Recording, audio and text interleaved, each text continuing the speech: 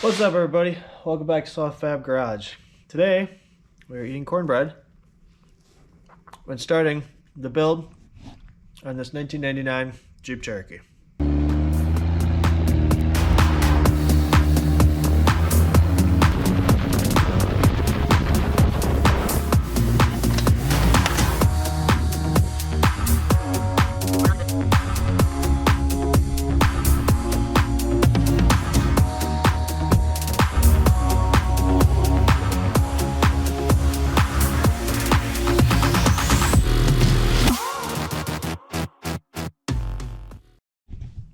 So today we are going to start the lift on this Jeep, and what we're going to start with is the front control arms.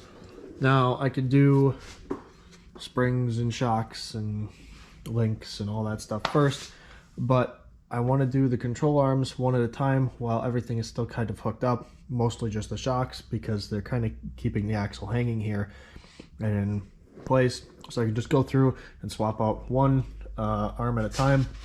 We're putting them back in at stock length. We have a fully adjustable set from Core. We're going to put them back in at stock length for now so we can get some parameters and adjust them later on as needed. This is a high pinion Dana 30, so even with a 3-inch lift, we're not going to need a ton of rotation on this pinion, which is great because then we get to keep the caster a little bit nicer. The one thing I do have going on here, as you can see, this whole thing is kind of tweaked this way, and as is this, and that's putting a lot of tension laterally on my control arms, and that's going to make it really hard to get them in and out. And what's causing that is we're at full droop and the track bar is yanking everything that way. So the first thing I'm going to do is pop this bolt on the track bar, let the axle recenter itself just by hanging here. It's new track bar is going on, new bracket up here on the frame. Everything up here is going to be new, so not a huge deal. We got to pull that off anyway, so we're going to drop that first, let everything get centered again, and then we can start working on the arms one at a time. Well, we are off to a great start. That bolt snapped the head off of it right away. Now I know on TJs these are typically a Torx bolt, usually a 50 or 55, I can't remember. I don't know if this one had been changed or not. It was a 15 millimeter, but it snapped the head off right away, and judging by how solid that is still in here, I don't think there was too much of a way around that besides lots of heat and lots of lube, and that was not necessary in this case. I snapped the head off and then ran a Sawzall up along the backside and just cut it right out. Now I got to deal with trying to get a little bit too much out of here, but I think we'll be able to finagle that out. With everything hanging straight now, or straighter at least, we should be able to start on the control arms. I'm going to start on the lowers just because they're more accessible, and once they're out of the way, once they're round instead of this shape, it'll be a little bit easier to work up and around those uppers, not getting caught on this and cutting myself on this. So we're gonna start with the lowers. We got our box from Core here. I do not know offhand what tier these are. Let's take a look. These are gonna be my lowers.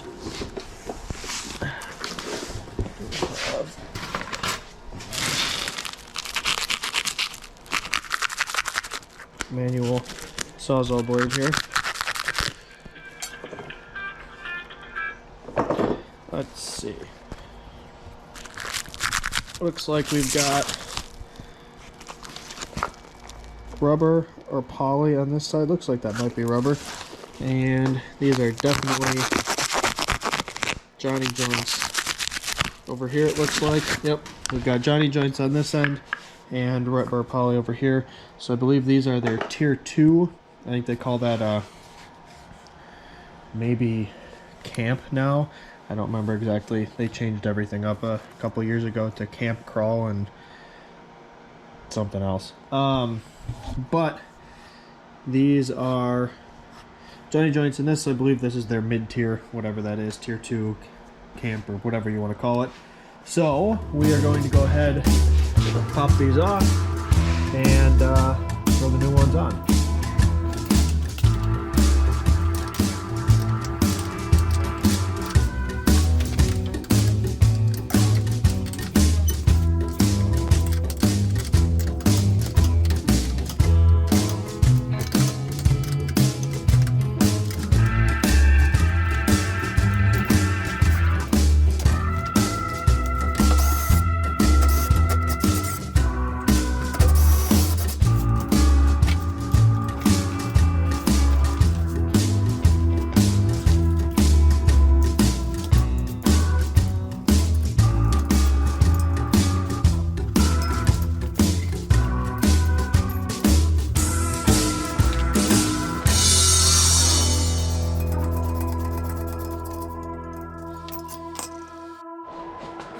Now, since for right now we're going to make these control arms the same as the factory control arms, the easiest way to do that is to set your factory control arm on the ground, set your aftermarket control arm on top, if they want to stay. Take your bolts and just run them right on through. So this, not quite there. My guess is we're going to need to shorten this a little bit.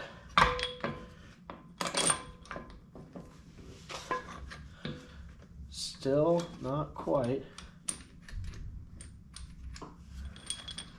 Looks like we may not be able to quite get factory length out of this. Looks like we're about a 1/4 inch off. Maybe not even that. Maybe about a 1/4 inch off. That's not going to be a big deal in this particular build.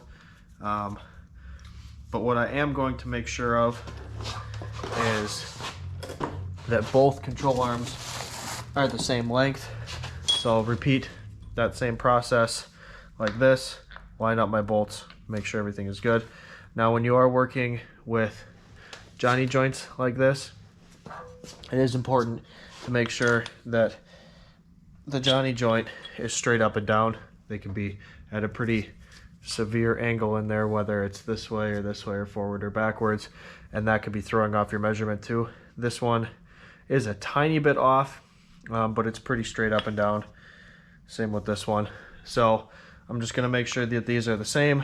We'll check them this way, and then when we go to actually put them on the vehicle, you always want the adjustable side towards the back, like this. Now, a lot of people will run them this way. That is to clear this right here. So if your arm is this way and you have lots of droop, sometimes the arm itself can contact this end of the shock perch here. I don't really have any issues with that. This is not going to be a super high travel vehicle. And if that does become an issue, you can always trim this a little bit. It's not going to hurt the integrity of it at all. So we're going to run them high clearance style. We're going to run them with the adjustable side towards the frame, and we're going to make sure that our grease zerks are up so that they're protected. And on these particular brackets, there's plenty of room to get to them still. If there's not, you can always roll them down and put in a little plug here, but that's a lot of messing around and we don't need to do that here. So we're going to basically put them in just like so, and then put both lowers in, and then we'll move to the uppers. Now this is where things can get fun. Because the axle is drooping, it's actually falling closer to the frame. So what's happening is this is about a full bolt's worth away from the hole. Now that's not a huge deal.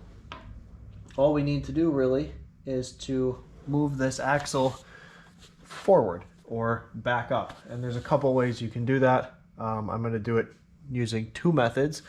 I'm going to take a ratchet strap and wrap around the tube and probably pull off of the front of the sway bar where it's pulling it towards the front of the vehicle and up a little bit. And I'm also going to bring a floor jack here to help lift, and between those two we should be able to move the whole thing just up and forward enough that we can slide this bolt in. All right, I'm going to show you right here. This is all I did is I ran it through the knuckle and hooked it to the sway bar up here. That alone actually was enough to get me lined up perfectly. So luckily we didn't need to use the jack. Not that it would have been a huge deal, but it is another step, and this works pretty good. Now if you're doing this on the ground, if you're not on a lift, using a floor jack is gonna help you probably more, because you're gonna have a floor jack underneath it already. You're also not gonna have everything hanging, so you're probably not gonna have to fight this as much. You can use the floor jack to go up and down a little bit, moving forward and backwards, but this might actually still help you just kind of scooch things forward. I run them to the back, to the front, however you're doing it. In order to do that, ratchet straps off the frame work really good for aligning axles, and especially if you're only doing one arm at a time, it can never really get super tweaked. You'll get maybe a ½ inch or 3/4 of an inch out, but you can always tweak it and roll it almost with ratchet straps pretty much every time. So this is how we're doing it here. It worked really, really good. Let's throw the rest of these bolts in.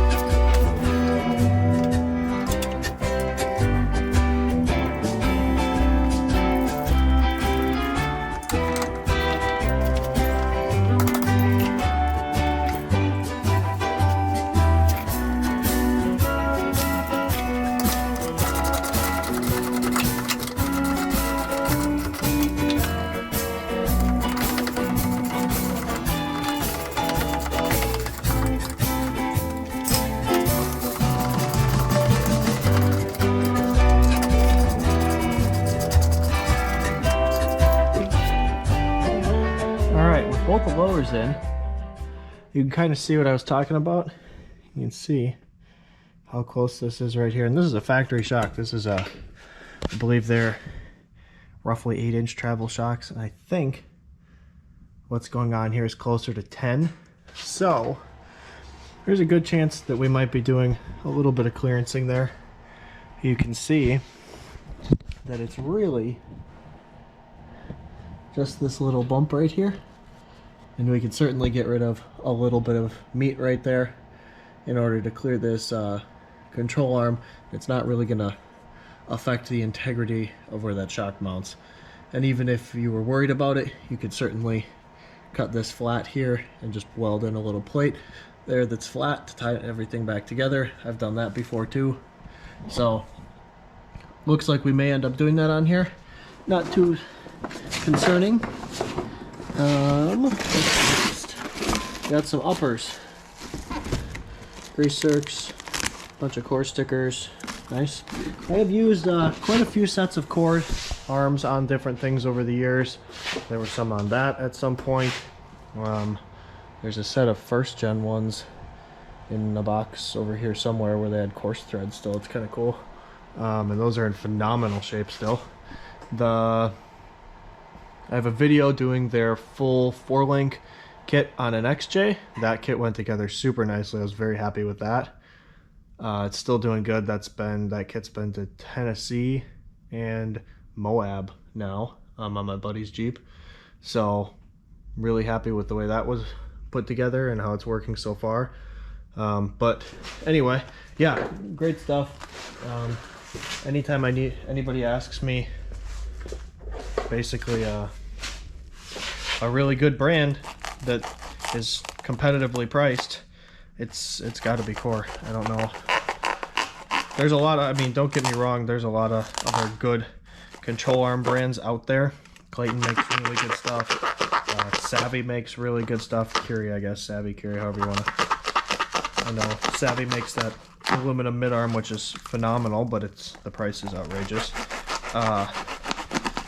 There's a lot of good options out there, but if you're looking for quality and price, I've kind of yet to find something that beats Core. And it seems like they just continually improve their products, which is something that I really personally appreciate in the off-road industry.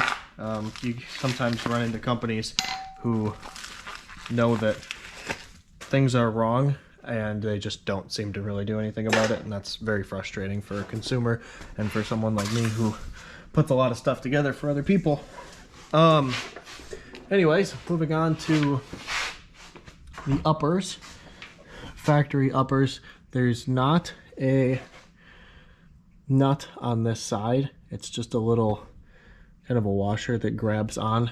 Let's see if you can see that. These are, I don't think on this Jeep it's going to be a problem, but they can be absolutely awful if those nuts are really, or if that's a very stuck bolt, because it'll jump the arm and then just spin and there's no way to grab it. So a vice grips works sometimes, or you can tack it in place. That works too. Either way, not a huge deal.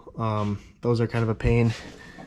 Up here, it's a nut on this side, and then the bolt comes out right here. And that's tabbed as well, which is nice. The tricky part is not losing that bolt into the frame rail here when it comes undone. So whether you have a magnet or a long needle nose or something to hold on to that, just try not to lose it in the frame. You can sometimes fish them out, but sometimes they just end up living in there, which sucks. All right, I guess let's get at these uppers.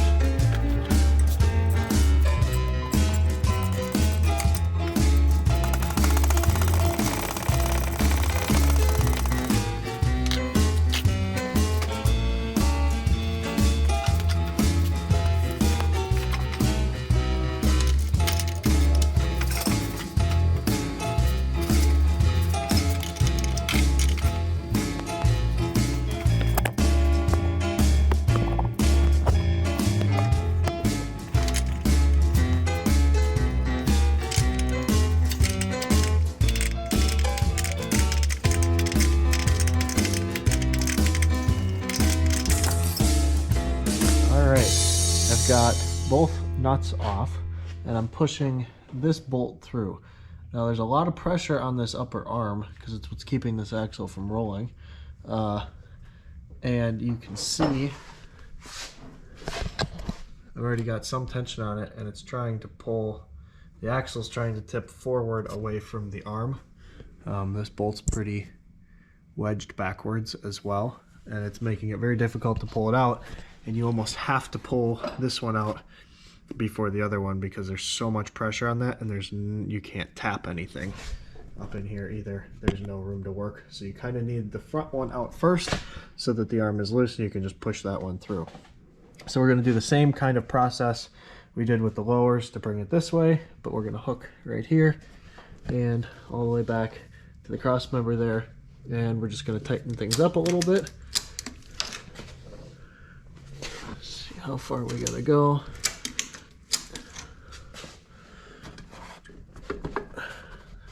It's working. Might end up having to twist this out still, but we've definitely taken quite a bit of pressure off of it. Yeah, I can move it by hand again. So probably just end up threading this one out. But before I couldn't even do this. It was very, very tight in there. You want to be careful when you're hooking on here because depending on where you hook, sometimes this can slide. So if you've got your hands in a precarious place and that slides, you don't want to get hurt, lose fingers, or smash your fingers or anything of the sort. So yeah, we're getting somewhere here. As soon as this one's out, Should be able to get the top one pretty quick. There we go.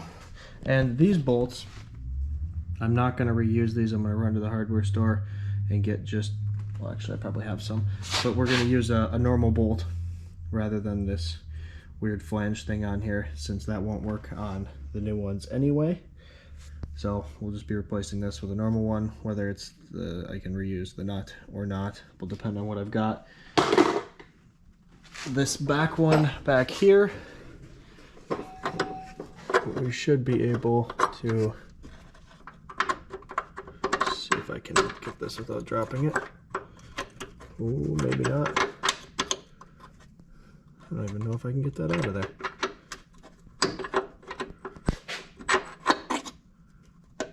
There we go. Just looks like I had to have it this way to get it out. If I was this way, it was catching.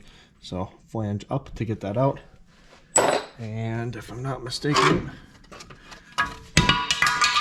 one more done. So I'm going to check for bolts. If not, I will run and grab some, but then we can throw this one in and move over to the other side. The last one is usually the hardest, which is weird, but I think it's just because everything gets a little bit tweaked. But everything so far has gone pretty smooth on this Jeep, so fingers crossed, maybe it's a little easier. I think we'll pull this out of here too, because it's going to start getting in my way.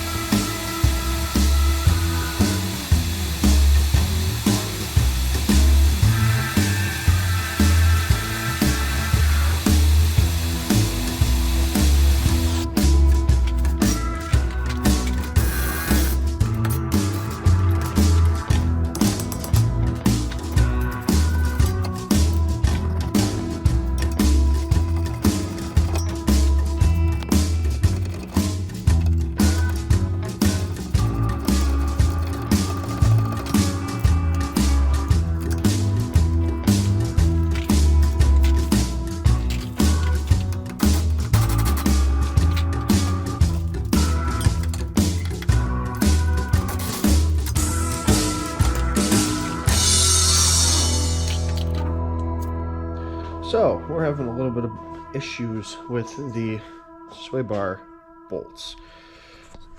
These ones right here. Now, as you can see, looks like they're a Torx drive. However, that's not really the case. What it is they are little splined drive-through bolts. I'm not really sure why the Torx head is even on there, because you can't turn them. So this one I cut flat on both sides, and then I had to heat it until it was red hot in order to pound that out. So we're going to try to do the same thing over here.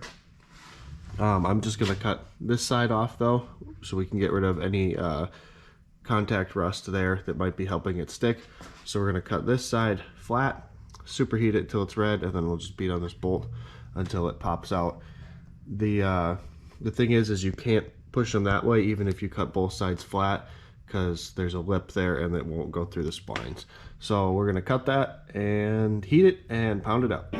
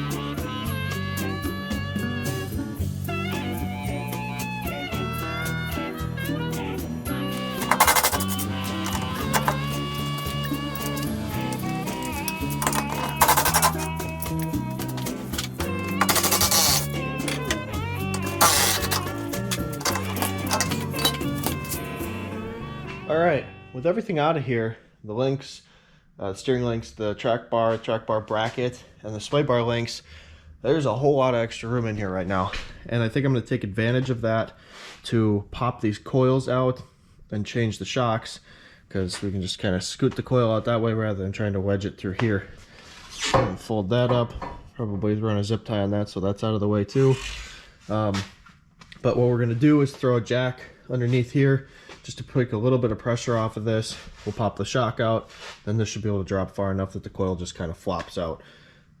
And then we don't want to just drop that without a jack underneath it though, because you will end up yanking on your brake lines, and even though these are getting replaced, we don't want to mess up threads or bolts or threads in here, anything with the caliper. So we're just going to do that so we have control of what's going on. Got the shock out, and so the next thing is just going to be to lower this lift. Hopefully the spring kind of just lets loose. Got some Old Man Emu springs here. Here's your part number. I believe these are either 3s or 3.5s. I don't remember off the top of my head. And then Old Man Emu matching shocks as well. These are nitrogens. Normally I would recommend dual or progressive rate springs. That was kind of an oversight when we were ordering parts for this. We weren't thinking about that. So they are Old Man Emu. In theory, they should be fantastic, but we're going to put them in. If everything pairs up nicely, no need to change them, but these may be getting changed out down the line for something progressive, but we're just going to have to see.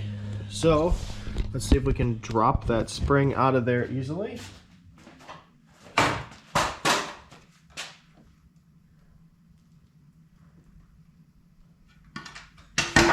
Okay, we got plenty of pressure on here yet from the arms. Yep, all right. And this is what I was talking about before.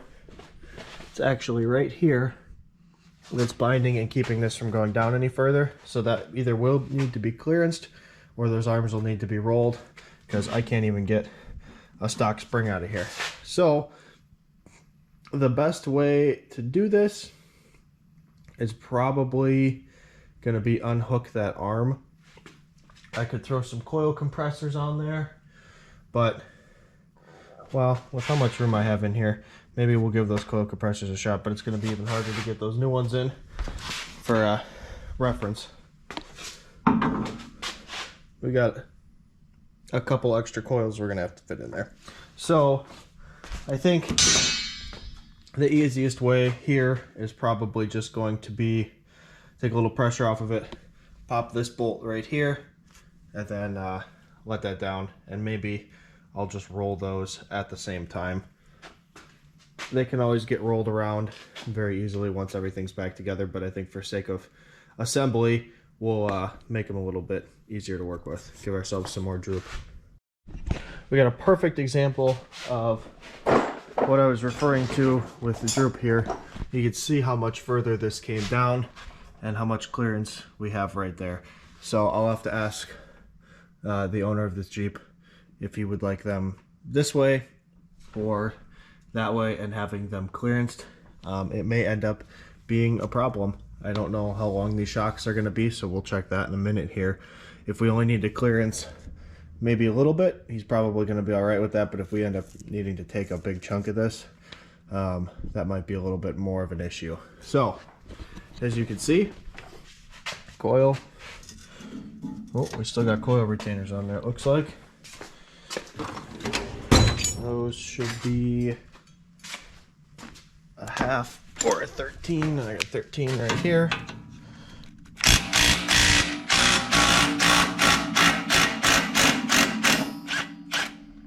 Perfect. We are going to throw these coil retainers back on.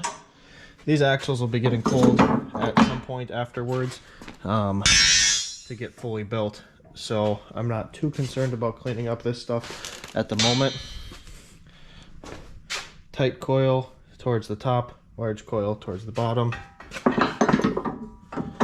Ooh, and we are going to need to fight with this one just a little bit.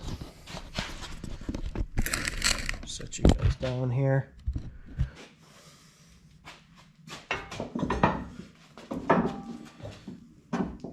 So, nice stiff coils. I don't want to go down too much. I already got a decent amount of pressure on here.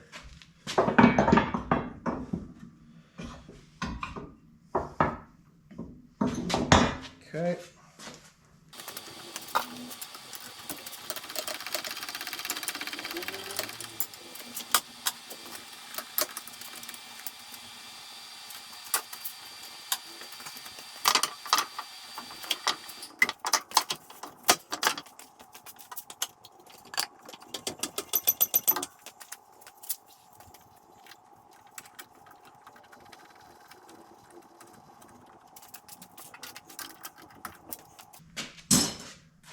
Alright. Determined the easiest way to do that was to just pop this off. I was going to leave it off as those need to get changed anyway, but we're just making a big mess. So, and I don't have those parts on hand at the moment. They're buried in here somewhere. So, Coil is in, was not too bad. It is seated correctly. So we're gonna throw the little retainer back on.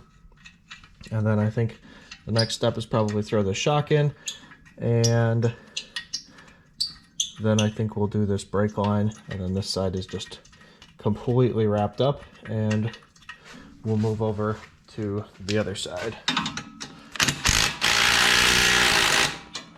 Okay. That felt like it's stripped, but it's tight. So for right now, we can leave that. We will certainly address that if necessary when time comes to build these axles. Let's take a look at what we got here. That's a rear.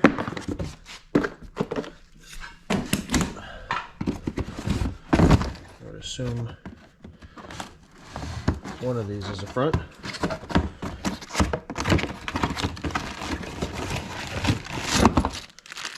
That's got the right hardware for a front. And there we go. Nice looking shocks. All right, let's set you guys down and throw this shock in.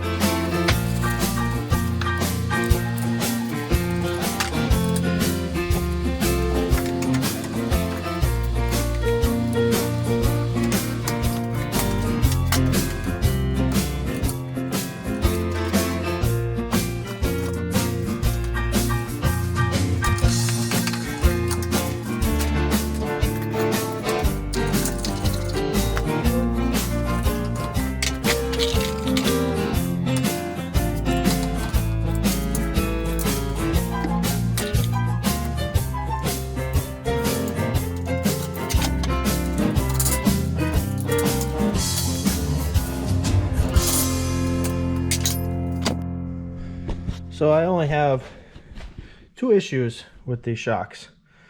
One, I guess make that 3.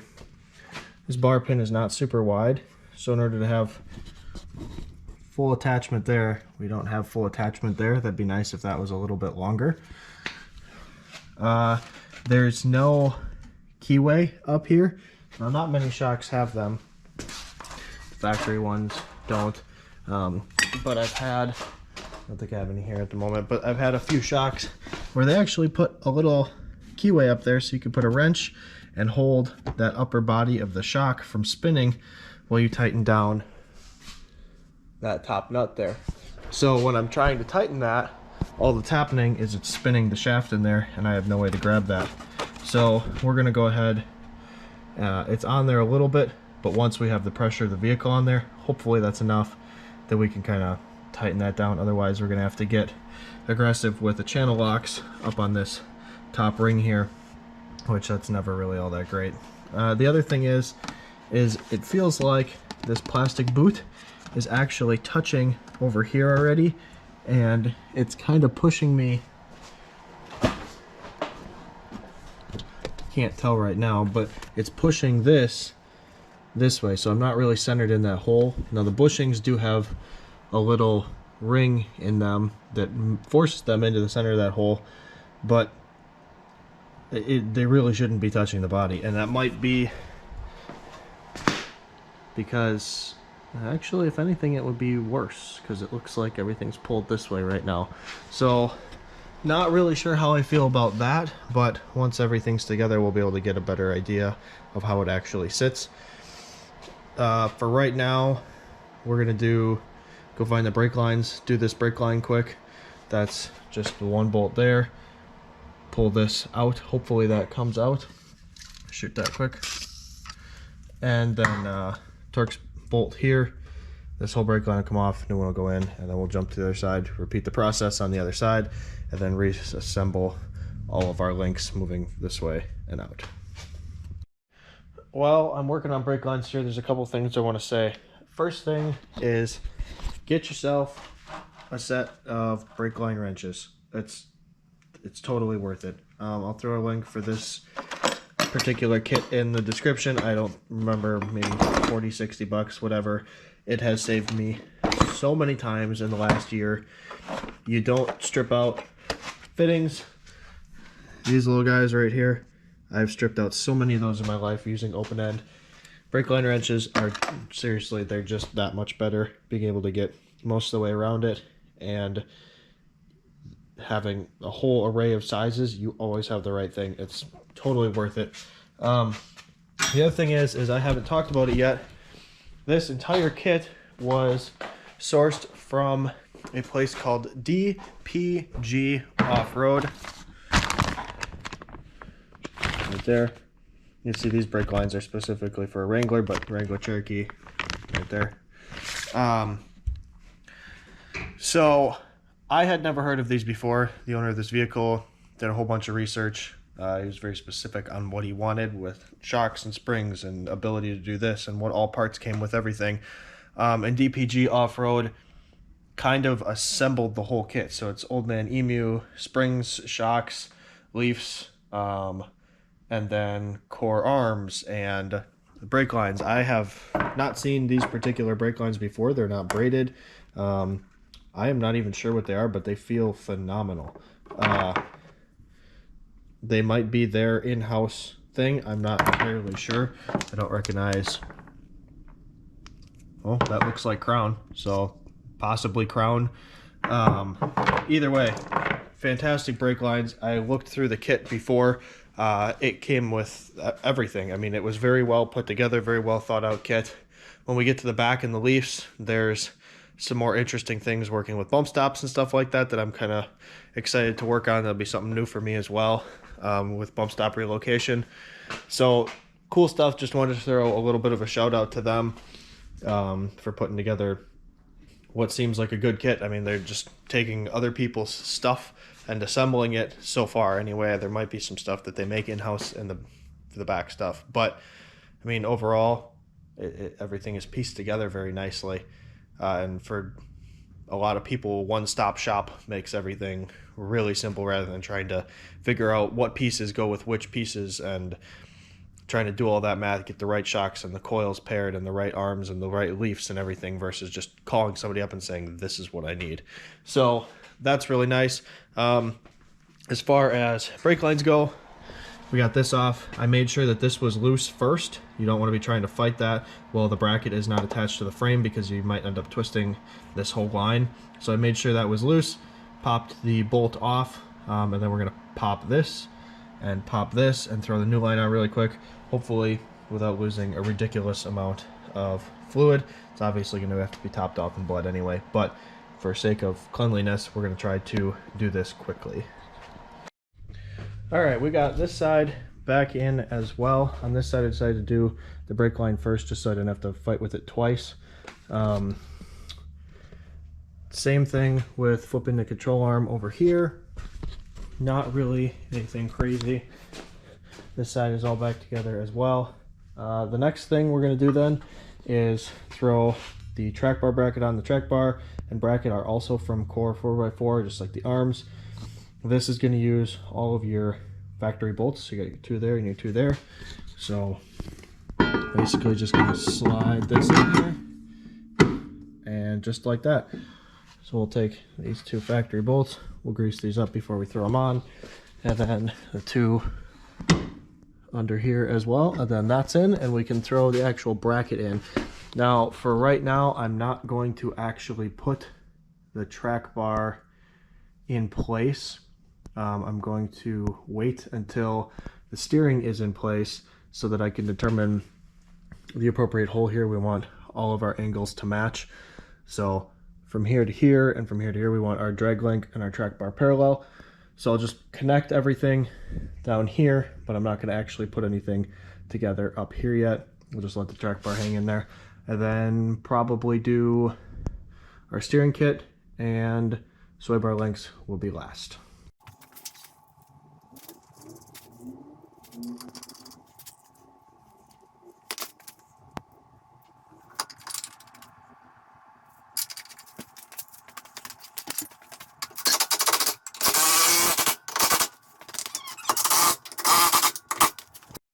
All right, we've got the core track bar out here and we're looking at it.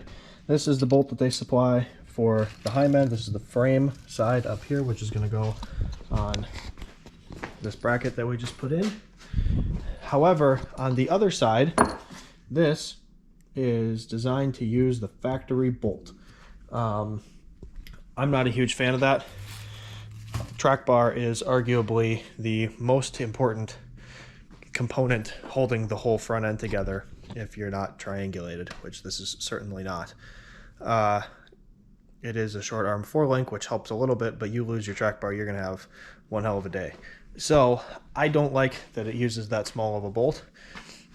We're going to upsize it to the same size they're using on the other end. At least there is factory bolt versus that. So we're going to upsize it to at least this, which means we're going to drill out this sleeve. As you can see, there is plenty of sleeve there to drill out, and that means we're also going to need to drill out this hole just a little bit, which is okay because these tend to oval out. You can even tell this one's ovaled a tiny bit. These tend to oval out from factory, so I'm going to need to get this piece out of here, which that might be a little bit of a treat, but we'll have to get that out, drill out both of these holes, and then we will make a new nut with a tab on it so that we can fish it in just like this. Let's see if we've got something. I do not have a bolt that's going to be of adequate size for this, so we're going to need to make a quick run to the hardware store, and then we'll come back, drill that out, and get this track bar in a little more solidly. I get why they do that, so you don't have to mess with any of this and reuse the factory stuff, but on my personal rig, I mean my track bar bolts are 3/4 of an inch. So I like to go overkill with this kind of stuff just because it is so important, and since we have the room in the sleeve here to do that, we're going to take advantage of that and make this that much better. Okay, with this drilled out, the next step is we need to make a tabbed nut to fit up in here so that you don't have to try to fish up a ratchet or you'd never get a ratchet in there, but shove a screwdriver or an open end or anything like that. So we've got right here, ooh, that's warm still, is basically a nut welded onto a piece of bar at a pretty severe angle here. That's because we've got this lip here and it needs to be able to hit flat against the face. So we're going to go ahead and throw this end of the bar in so that we can get to it, and then we can go ahead with the rest of the steering. So right here, let's see, where can we set you?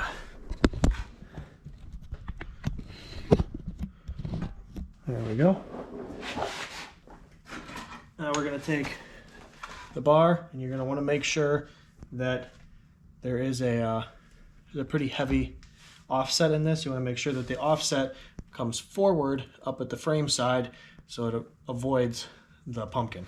So we're going to go ahead, slide this up in here if we can. Ooh, that's pretty snug. Might have to open that one up a little bit. Not a big deal. Good. Grab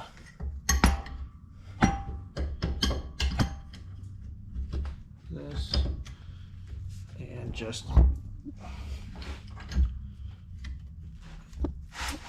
open it up. And if you open it up a little too far, it's not going to be the end of the world because the bolt is going to pull everything back together.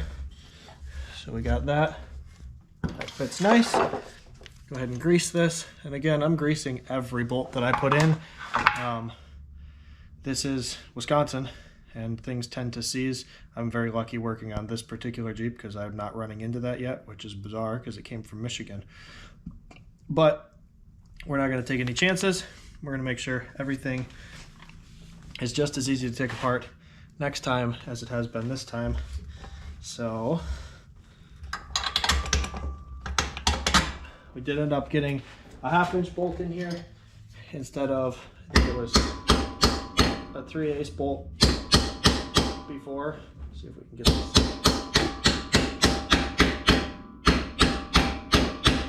Everything's a hammer if you use it the right way. All right, we're starting to, there we go, get through. Go ahead and take this. Wow, that is still plenty warm. I'll grab a glove for that, or at least something to hold it with. And we're also going to need a socket, not that one.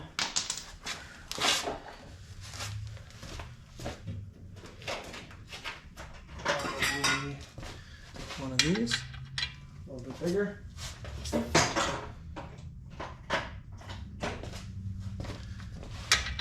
we go. And a ratchet. Appears I lost all of those as well.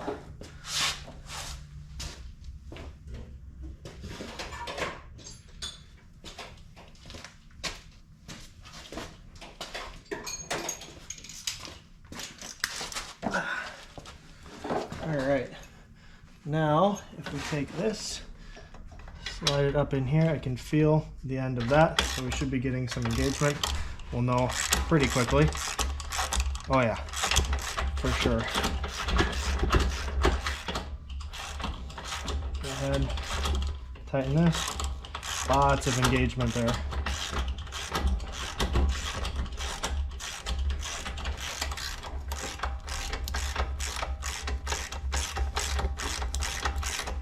We're just letting that do its job, so I don't even have to hold that side. And at some point, if we need to, we can cut this tab a little bit shorter, but it's not terribly in the way. We'll probably end up cutting about half of it off.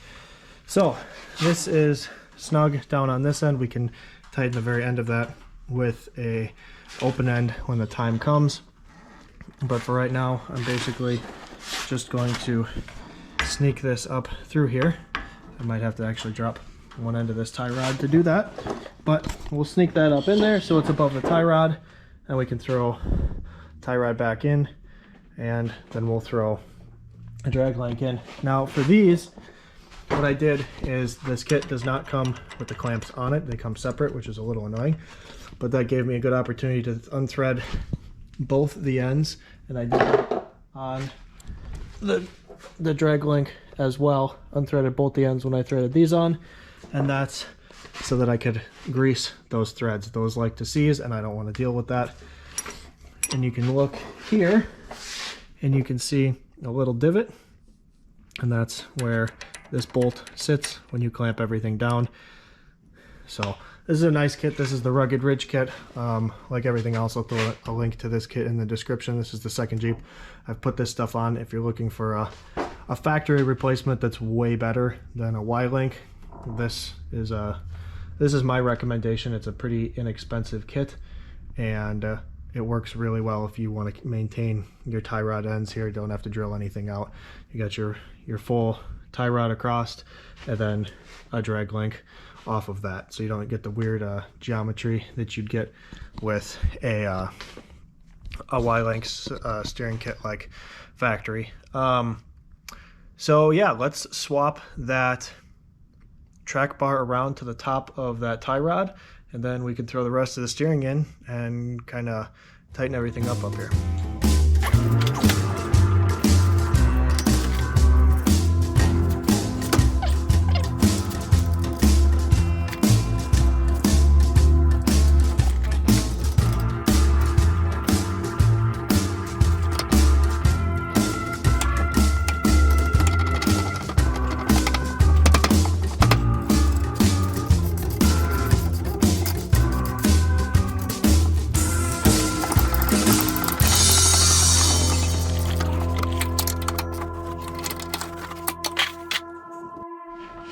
Alright, the last piece of the puzzle up front here is the sway bar disconnects, and what we've got is the JKS quick disconnects. There's quite a few pieces to this, but it's not really all that complicated. You've got your bracket up top. This is going to go right through here and get bolted like the factory one. This has a bolt which threads into the other side of the bracket. Your upper part of your link goes there, and then on the bottom I've got this backwards, but essentially this gets bolted through here, your spacer, and then you've got your little bullet here essentially that the link slides over, and then we can slide out for the quick disconnects. So First things first, take our bullet right through here. That'll get tightened up. This can go on here, spacer on first. Then this goes on. Up top, we've got the bolt through, washer underneath. This goes up. We're actually going to undo that for this. And then nut on top. I am not a huge fan of the way this seats in there, so I will probably add an additional washer up there, or possibly even switch this washer from the bottom to the top. These are kind of recessed for the factory links, and this is not going to provide a very strong connection. So I don't want to have any possibility for that sway bar bolt to come through, because there is going to be a lot of pressure on this at certain times.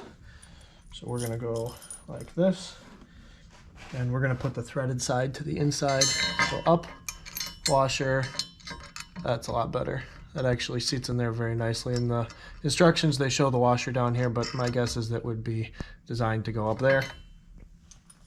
We can go ahead and turn this around this way.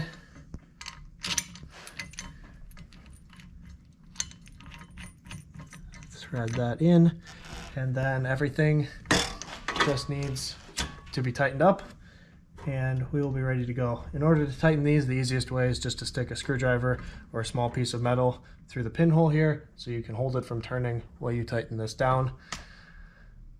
And we will adjust the height on these. They have a nice lock nut, but we will adjust the height on these once they're both in, and once the vehicle's actually on its own weight.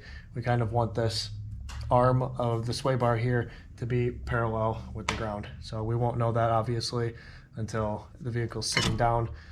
So we're gonna get everything snug, and then we'll adjust that when we set it down and put the track bar on as well. And then in alignment, and then it looks like the front end is coming to a close.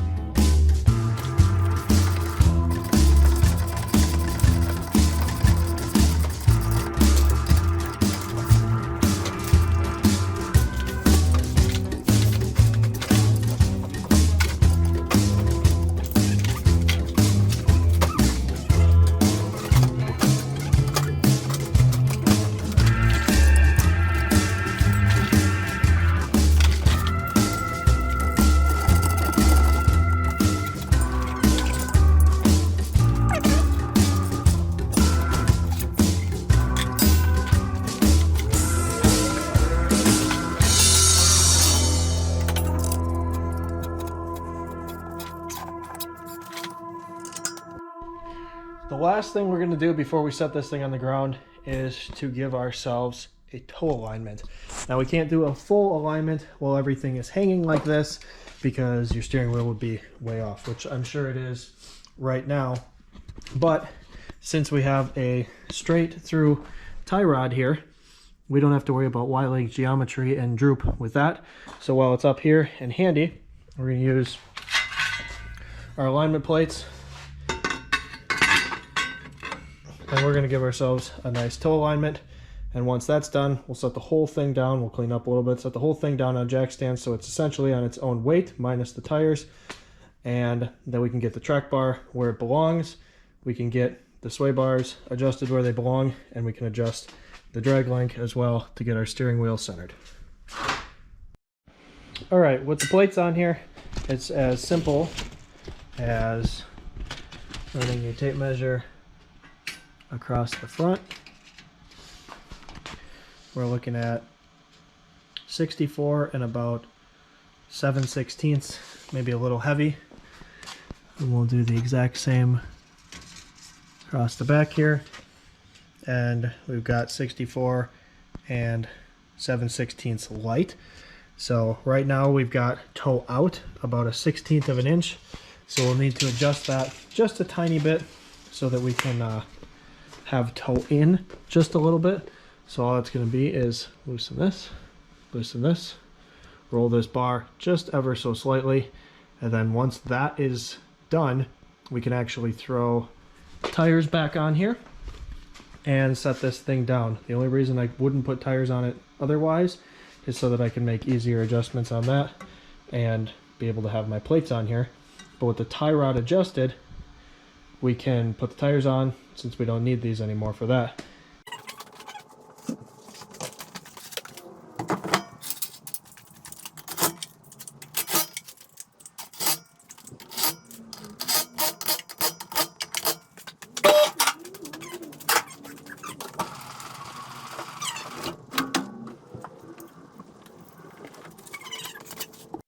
Now that we're back on the ground, I threw this in on the way down so that I didn't have to fight with it too much. These I adjusted, so this is a pretty flat thing right now. I just made sure that my thread showing here was the same as over there. And now with those attached, you can actually kind of see how far off we are. If you look at this link, you can see that it's pulled sideways quite a bit. And you can also see that we're touching that bracket there, which means the body needs to go that way, or the axle needs to go this way, which means we need to shorten that bar. Now that I know that that's what we got to do, I'm just going to lift it up, shorten the bar, and do it while everything is hanging, and I can just push the axle around. You can also take this opportunity to look at the angle of our track bar and our drag link. And you don't want to look at the actual bar itself, because as you can see, there's a bend here and a bend here, so it can be kind of deceiving. You want to look at basically point of bolt to point of bolt, and then the same for the other bar. And it looks like we're actually going to want to drop this bolt over here down one more in order to get parallel links here. So I think when I put it up, I will shorten the bar and then drop that down one more bolt hole, and then we should be good to go. And the last thing will be adjusting the drag link just to get a straight steering wheel. Well, we've got the track bar at its lowest setting, and we're almost out of threads. There's a little bit there. We're very close. I'm not going to worry about getting it super dialed in right now, because this needs to go back up, and there will be a lot of other adjustments need to be made, fine-tuning and stuff with the control arms and all that kind of stuff. So I will deal with that when I deal with the control arms. We're pretty close to center, maybe one rotation off, if that. Now the last thing to do is adjust the drag link, and what I've done is I went into the Jeep, and these XJs have a 3-turn lock to lock steering box. So right here we are all the way locked left, and I'm going to go one full turn and then one half turn to get my steering wheel nice and centered. So that's going to be halfway through rotation. And now all I need to do is adjust my drag link here until this tire is straight in line with the back tire. So that should be fairly simple. Just a little bit of adjustment here. Looks like we need to tighten it. We're bringing that side in.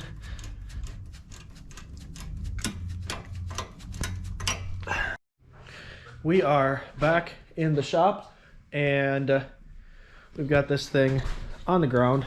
I'm going to give you guys a little bit of a look at what it really looks like with factory rear and a 3-inch front. We had to get this out of here to get another project in here quick, but everything's looking pretty good. I did just gravity bleed the brakes, so those will need to get butt out a little bit more. I got to run the cotter keys to the crown nuts, but other than that, it's pretty much put together. Hey guys, sorry for the abrupt ending there. I wasn't really planning on making this a 2-part video, but to get the amount of detail in that I wanted, we're going to end up breaking it up. Otherwise, it was just going to be a very long video. So this basically wraps up the front part, and in the next part, we're going to move on to the rear, and there'll probably be a little bit of a wraparound, just checking some final things and stuff like that. But this is the end of part 1. Thanks for watching.